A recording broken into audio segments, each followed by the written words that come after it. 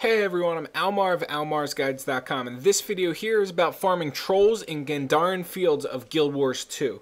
So to get started, the information you need is the trolls are level 28, which means your character should be at least level 27 and probably not any higher than level 35 to 37. At that point, there'll be better places to farm. And to get started, these trolls are found in Overlook Caverns, which is just south of Junction Haven Waypoint, which is in the far eastern portion of Gendarran Fields. Gendarran Fields has this big, green, lush area, and then after you go through this cave, it comes to this snowy portion of the zone that's really, really small. It covers the whole entire eastern side of the zone, and this is exactly where you can find the trolls. And this is where Junction Haven Waypoint is. Just south of Junction Haven Waypoint, there's a cave, which is where the trolls and spiders, which are also going to be killing here, are. Now, there's a few things you need to know about this location before I get started with the loot and all of that fun stuff.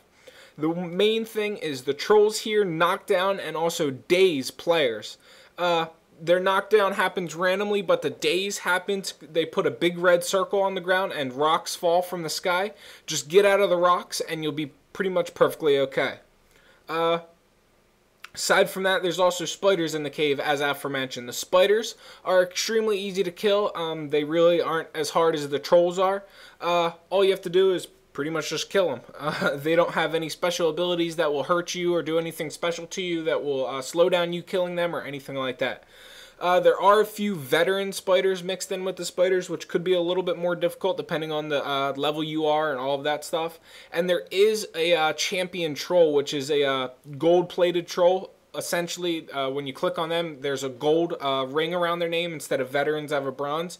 And there's two swords through it. This troll will kick your ass if you're here solo. He'd even kill me on my level 80 thief if I decided to engage him. So I strongly recommend do not engage him.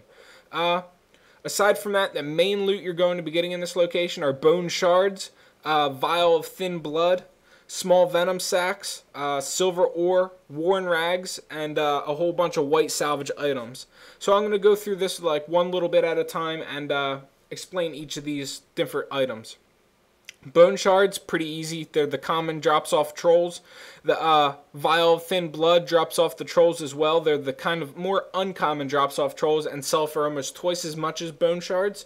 The small venom sacks are dropping from the spiders, and you'll be killing the spiders pretty much after you clear the trolls out of the cave.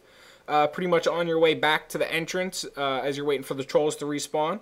The silver ore is sometimes gathered within the cave. It's usually not that big of a money maker, or it's not going to boost your profits up that much, but it's worth mentioning because it is found here. The worn rags are a salvage item that you're going to find off of these trolls. You can either sell one of them on the auction house if you want, or sell them on the auction house if you want, or you can risk salvaging them and either losing a little bit of money or making double or triple your money. That's pretty much how it works when it comes to salvaging like these rags. Usually the rags sell for about 1.5 of whatever they salvage into, and if you get 2 or 3, you'll either, make your money, make the money back that you would have spent, selling the rag plus half, or make usually, 2.5 times the amount of money you would make. As for the white salvage junk that you get from this location, you're going to get like chainmail gear, acolyte gear, and rawhide gear. You want to salvage all of this and sell the salvage components on the auction house. They're all worth quite a bit of money. And I strongly recommend you do that for all of these pieces of gear, or you can sell the pieces of gear themselves on the auction house if you want, because they do sell for a little bit of money and are obviously worth a little bit of money.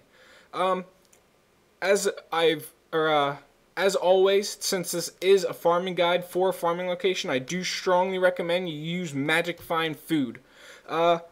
Magic Find food is going to increase your Magic Find percentage, which Magic Find gives you a better chance of finding higher quality loot. It doesn't increase the amount of loot that drops, it gives you a higher chance of finding better quality loot.